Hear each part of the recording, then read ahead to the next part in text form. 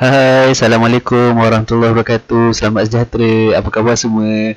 So, berjumpa lagi dengan cikgu dalam tajuk pada kali ini. Masih lagi dalam bab 4 kadar tindak balas. Tapi hari ini kita akan membincangkan berkenaan dengan 4.2 faktor yang mempengaruhi kadar tindak balas. Okey, tajuk hari ini simple je dan sangat senang. So, mudah-mudahan kamu faham.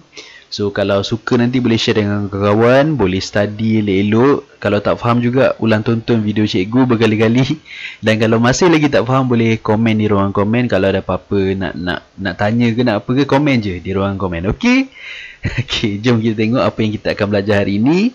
Faktor yang mempengaruhi kadar tindak balas. Okey, so terdapat 5 faktor yang mempengaruhi kadar tindak balas. Antaranya suhu bahan tindak balas, kehadiran mangkin, yang ketiga kepekatan bahan tindak balas, yang keempat tekanan. Ini hanya untuk tindak balas yang melibatkan bahan tindak balas dalam keadaan gas, dan yang kelima saiz bahan tindak balas yang berbentuk pepejal. Okey. So untuk ingat kelima-lima ni, okey, try ingat KSSM tingkatan 5. Apa benda ni? KSSM tingkatan 5.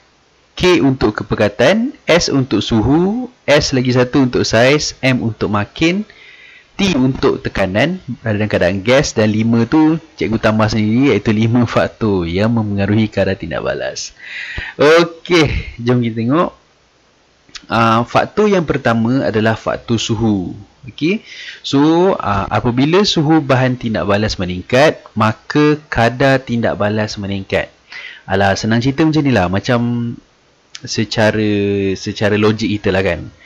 Kalau kita nak masak sesuatu, kita besarkan api, so suhu dia akan jadi tinggi kan, bahan tu cepat masak. So untuk tindak balas ni juga, kita tinggikan suhu, maka kadar tindak balas akan meningkat. Kerana apa okey. Dia macam ni cerita dia. Mengikut teori pelanggaran dalam kimia, mengikut teori pelanggaran zarah, okey, tindak balas akan berlaku apabila zarah tu berlanggar antara satu sama lain. Untuk tindak balas tu berlaku, zarah tu perlu berlanggar sesama mereka. Okey, itu yang pertama. Dan yang kedua, frekuensi pelanggaran berkesan tu mestilah tinggi. Ataupun mesti ada pelanggaran berkesan. Okey, yang mempengaruhi kadar tindak balas tu. Okey, apa benda semua tu? Okey, itu kalau nak belajar deep memang kena belajar chemistry lah. Tapi senang cerita macam ni. Sebenarnya, tindak balas itu berlaku apabila zarah-zarah tu berlanggar sesama mereka dalam keadaan yang sesuai. Senang cerita, semakin kerap diorang berlanggar, semakin tinggi kadar tindak balas. Macam tu. Jadi, nak ceritanya, apabila suhu tinggi, maka zarah-zarah ni mengandungi tenaga kinetik yang tinggi. Tenaga kinetik, ingat balik, adalah tenaga yang dipunyai oleh zarah-zarah yang bergerak. Sesuatu benda yang bergerak mempunyai tenaga kinetik yang tinggi.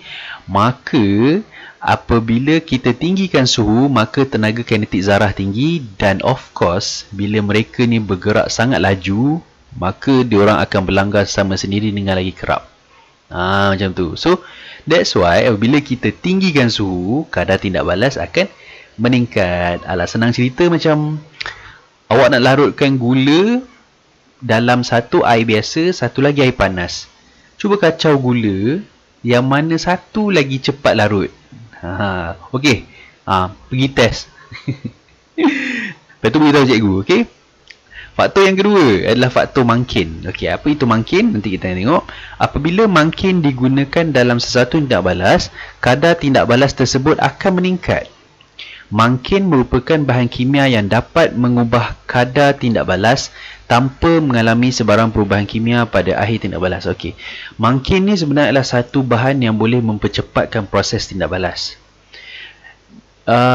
Dia tidak Kehadiran mangkin dalam sesuatu proses, dia takkan menambah kuantiti hasil tindak balas tu, tapi dia tolong cepatkan tindak balas tu.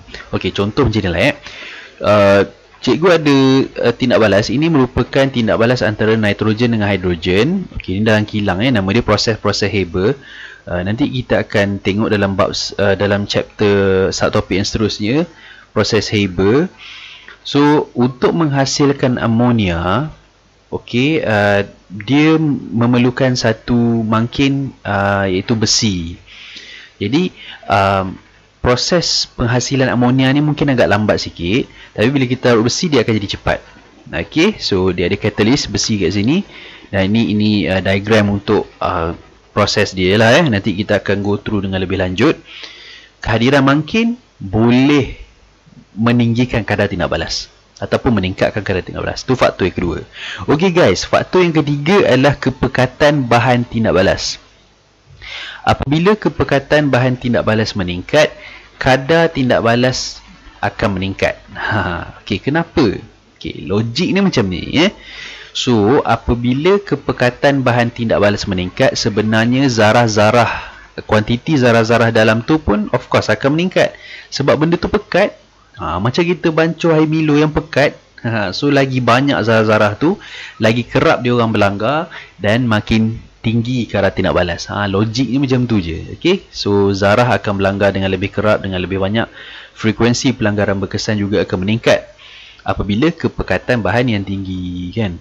Alah, macam kita minum teh tarik yang kau-kau punya, lagi sedap rasanya. Lagi pekat lagi best lah, kan? Tak tahulah kalau cikgu lah, kan? Ok, next. Kita tengok faktor yang keempat. Faktor yang keempat adalah faktor tekanan. Ini hanya melibatkan bahan tindak balas yang berada dalam keadaan gas.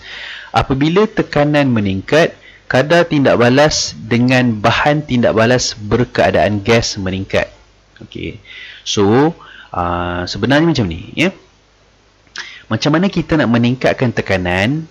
Nak meningkatkan tekanan, kita kena kecilkan ruang ataupun kita kena kurangkan volume ataupun isi padu dia. Guys, apabila ruangan sempit dengan bilangan zarah yang sama, ruangan sempit, secara logiknya mereka akan saling berlanggar, nampak?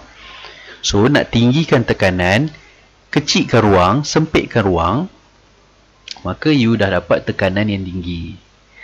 Okay.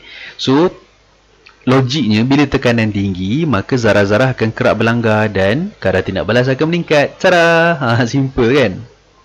So that's why, okay, kalau kita ada masak dalam pressure cooker dengan masak dalam periuk biasa, kan, that's why pressure cooker tu dia boleh masak dengan cepat.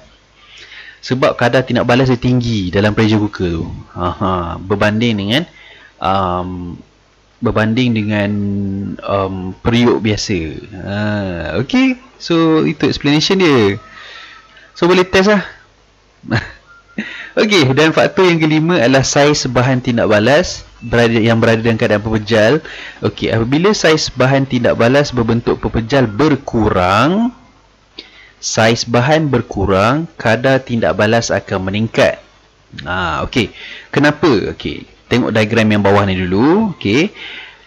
Cuba kamu tengok ni, yang warna pink dengan warna hijau ni. Tapi apabila warna pink ni dipecah-pecahkan, kamu tengok yang hijau ni bertindak balas di setiap ruang pink-pink ni, berbanding dengan ketulan yang besar ni. Okey, kita tengok explanation dia. Hanya zarah di luar pepejal bahan tindak balas berwarna merah jambu dapat berlanggar dengan zarah bahan tindak balas berwarna hijau. Hanya di luar sahaja. Tetapi apabila saya pecahkan merah jambu ni, luas permukaan terdedah bertambah, membolehkan lebih banyak zarah berwarna merah jambu dapat berlanggar dengan zarah berwarna hijau. So lagi banyak permukaan yang dia boleh bertindak balas. Macam tu. So that's why benda-benda yang kecil kadar tindak balas dia lebih tinggi, ya. Apabila zarah tu halus, maka kadar tindak balas lebih tinggi kerana jumlah luas permukaan per isi padu dia lebih besar berbanding dengan yang cube. Okey, secara matematiknya, untuk membuktikan secara matematiknya, kita tengok kat sini, ya. Okey, ketiga-tiga cube ni sebenarnya isi padu dia sama. Tapi yang membezakan mereka adalah jumlah luas permukaan. Luas permukaan tu apa? Ni luas permukaan. Luas permukaan yang kat luar ni, okey? So, 2 darab 2 dapat 4. So, luas permukaan ni yang ni 4. yang atas 4, yang tepi ni 4, yang belakang pun 4, yang bawah pun 4, yang ni 4. So kita akan dapat 24.